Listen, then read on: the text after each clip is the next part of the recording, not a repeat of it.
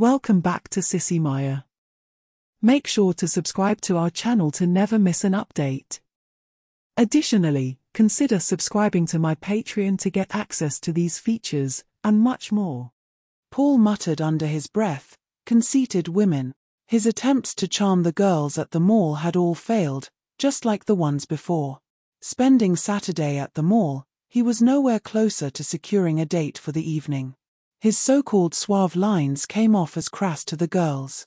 His unkempt appearance and poor posture didn't help either. The well-dressed girls weren't interested in someone like him, whose only topics of conversation revolved around sports and cars. Despite his shortcomings, Paul persisted.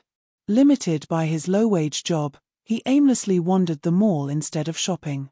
Eventually, he found himself in a deserted section, with boarded-up stores indicating their failure. Among them stood a clothing store, a dusty boutique, and a mysterious shop at the end. As he approached, two stunning women emerged from the mysterious shop, oblivious to Paul.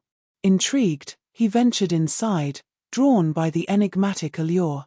The shop, Spells Are Us, was filled with various oddities. As Paul entered, a bell announced his arrival, though no one seemed to be there except him. Just as he tried to leave, he heard a voice addressing him by name.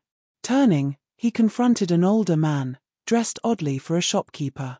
Confused, Paul questioned the man's knowledge of him, unaware of the mysterious nature of the encounter. "Magic, huh?" Paul scoffed. "I'm supposed to buy into that. And you're telling me Spells Are Us actually sells magic spells?" "Indeed, Paul, even if your skepticism is palpable," the wizard replied.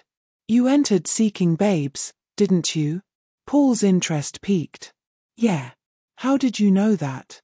"As I mentioned, I'm a wizard. Such knowledge comes easily to me. But attracting women hasn't been going well for you today, has it?" "Nah," Paul admitted, seeing little point in denying it when the wizard seemed to have all the answers. "So, Paul, what can I offer you today?" "I don't have any babes in stock, nor do I deal in such matters. Can you give me some kind of spell to improve my luck with girls?" Paul inquired. The wizard frowned. "I'm afraid those solutions are often problematic. They range from wearing off at inconvenient times to inciting jealousy. I've abandoned them. But I have a better proposition. How about learning the art of attracting women? I can arrange a 1-year training course to give you genuine insight into what women desire."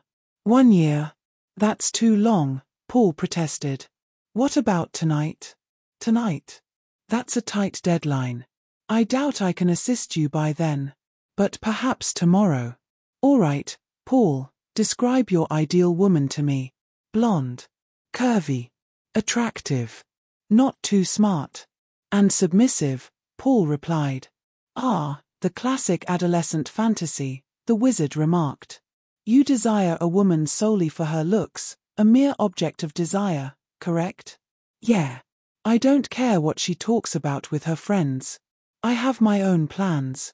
And if she's attractive, it reflects well on me," Paul chuckled. "Any other preferences about your ideal woman? Hair length? Body modifications?"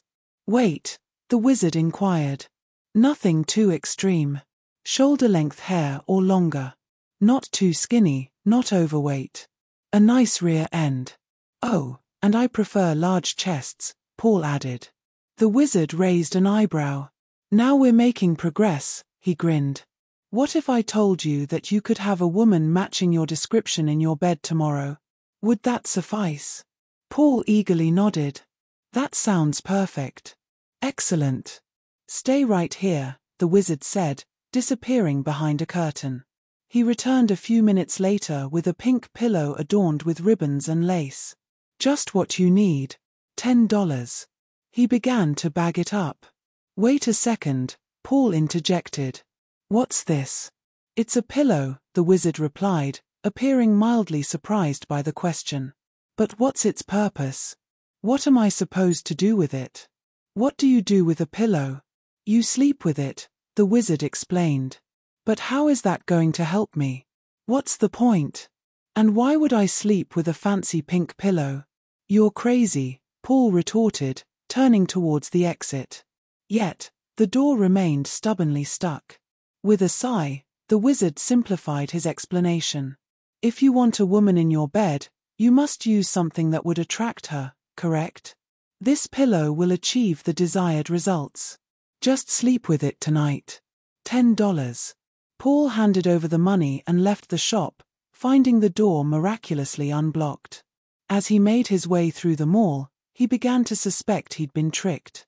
However, upon turning back, the shop was closed. Surprised by the mall's closing, he headed home, resigned to his single status for the night. Arriving at his apartment, he relaxed with a beer, only to realize the game was cancelled due to rain. Exhaustion hit him unexpectedly, prompting him to retire early. Remembering the pillow, he debated its efficacy. Eventually, he decided to give it a try, considering the wizard's uncanny insights. He swapped his usual pillow for the frilly one and drifted off to sleep, the lace and ribbons an odd sensation against his skin. The morning sun filtering through the blinds stirred Paul awake. It being Sunday, there was no need for an alarm clock. His first realization was the absence of anyone beside him in bed. Deceptive wizard, Paul muttered. Then, he noticed the room's transformation. Pink had overtaken everything, from the sheets adorned with ribbons to the bunny-patterned comforter. Frills and motifs adorned the room, lending an unexpected tidiness. What on earth? Paul pondered. His attention was abruptly diverted by a pressing internal matter. I barely touched that beer, he thought, only for his musings to escalate into a high-pitched shriek of what the hell, emanating from the bathroom. After managing the urgent matter, Paul stormed back into the bedroom. Wizard, she shrieked. You'll pay for this. And what will you do? A voice countered from behind Paul. He spun around to face the towering figure of the wizard. Have I not fulfilled our agreement? Was there not a woman in your bed this morning, as requested? Yes, but you didn't anticipate becoming that woman, did you? Perhaps you should be more careful with your requests, Paul. Or shall I say, Pauline, the wizard taunted. You tricked me, you deceiver. Naturally. Haven't you heard of magic tricks? The wizard retorted. Pauline attempted to argue further, but Paul's preference for a less intelligent woman was becoming evident, causing her to falter. Other aspects of Paul's narrow view of femininity emerged. Hey, she began, eyeing Paul's drawers filled with male attire, what am I supposed to wear? No problem, the wizard proclaimed, gesturing dramatically. Suddenly, drawers and closets filled with clothing and accessories tailored to Paul's ideal image of femininity.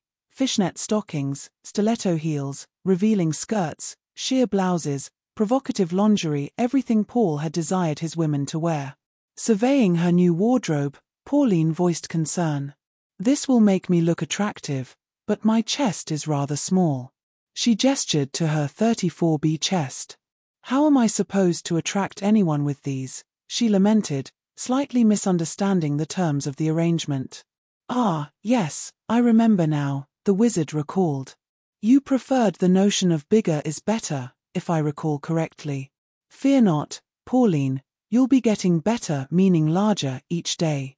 How about we go with a modest millimeter increase per day? Is that sufficient? She questioned. A millimeter doesn't sound like much, does it, Wizzy? I believe it will suffice quite nicely. I'll plan to check back on you in, let's say, 5 years. Sound good? Paul had never been adept at math, and the mental calculations were far beyond Pauline's abilities. She hummed cheerfully as she rummaged through her dresser, contemplating the perfect ensemble for a day at the mall, perhaps encountering a boy or 2, or 20. Meanwhile, the wizard, skilled in arithmetic, mused as he returned to his shop, she'll require new attire every few months, or a few inches. With arrangements at neighboring shops, I should secure a decent commission, especially for the custom pieces she'll need down the line. Perhaps even a finder's fee from photographers or magazines. Let's see, 5 years, accounting for leap year, amounts to 1,826 millimeters. Converted to inches, approximately 72 inches. So in 5 years, her bust measurement will be 36 plus 72 equals 108 inches. He shook his head, pondering the proportions. 108 inches, nearly a yard in diameter if she were cylindrical. I doubt she'll reach her own nipples after 4 years, the wizard chuckled. Perhaps I can offer her a levitation spell if she encounters difficulty standing. Though 5 years seemed a lengthy wait, even for a wizard, he was patient for such a promising spell to unfold.